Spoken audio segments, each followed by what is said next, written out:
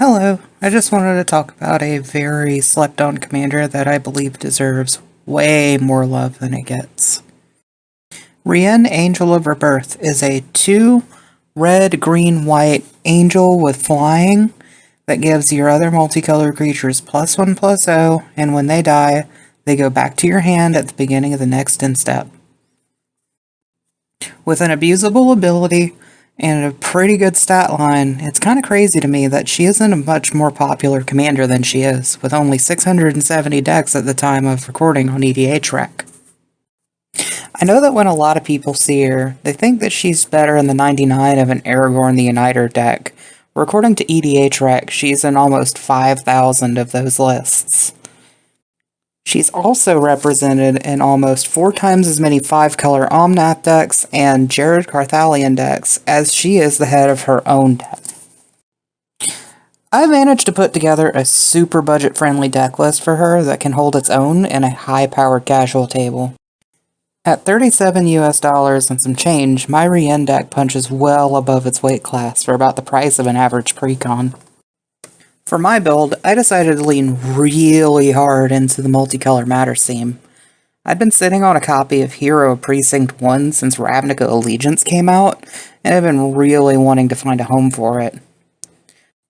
I also run a copy of Labber Crew, Glory Scale Viashino, General Ferris Rockwreck, Pyro Convergence, Mana Cannons, and Tome of the Guild Pact for extra benefits for all of my multicolored creatures.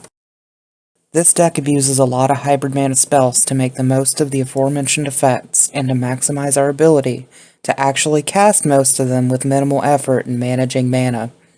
My 3/1 drops are Scuzzback Scrapper, Elvish Hex Hunter, and Boros Recruit, which are all hybrid costed, so 2/3 of my land base can be used to cast any of them.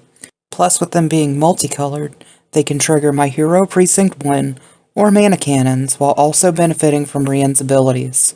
This is especially good with the Hex Hunter, who can repeatedly remove problem enchantments as long as Rienne has seen it die, even if she's been removed.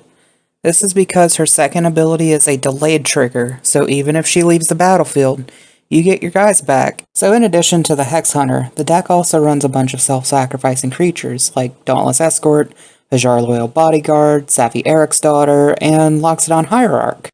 These cards in particular act as a form of protection to keep our commander or other key creatures alive, or generate some extra value from cards like Death's Presence or Gimli Mournful Avenger, who is the perfect fit for the deck since he gets bigger every time one of our creatures dies, and has the potential to become indestructible and fight one of your opponent's creatures as long as 2 or 3 creatures died in a single turn.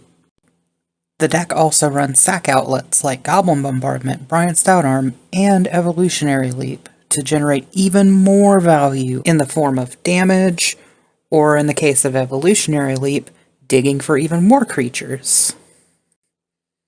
To round out the Death Synergy package, we're running Quintorius Field Historian, Desecrated Tomb, Chalk Outline, Fuming Effigy, and Stonebound Mentor, all to generate value when our dead creatures return to hand, mostly in the form of tokens.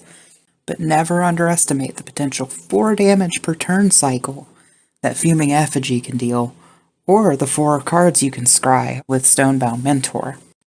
The deck also runs Boros Reckoner and Truefire Captain, which basically do their best Brash Taunter impression and redirect damage dealt to them to any target player, or, in the case of the Reckoner, creature or player.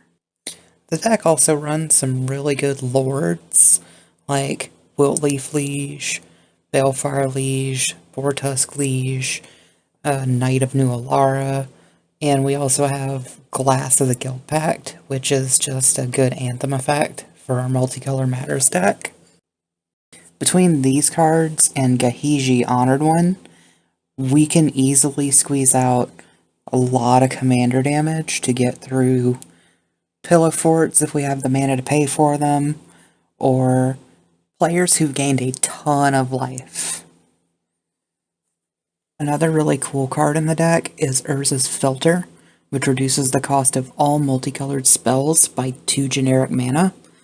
It is unfortunately symmetrical, so it can help your opponents too, but we're gonna probably benefit the most unless they just happen to be running a multicolor heavy deck. Sure, we reduce the cost of most people's commanders, but we ultimately benefit the most because we're running the most multicolored spells. Another really cool card, and probably my favorite card in the deck, is Dragon's Arch, which in my opinion pulls its weight best in a Rienne deck.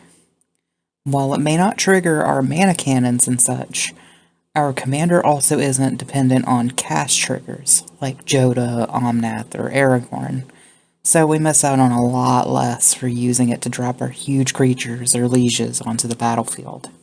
The deck is deceptively powerful for just over 35 bucks, using TCG player prices. And as Wizards keeps making multicolored cards, the deck will only get better. I hope you enjoyed the video, since it's my very first one, and I hope this video inspires you to give Rienne a shot. She's such a fun commander and definitely deserves way more love than she's been getting. If you're interested, check out the Moxfield link in the description below, and if you've enjoyed the video, please like and subscribe, and I hope to see you again for the next one. Bye!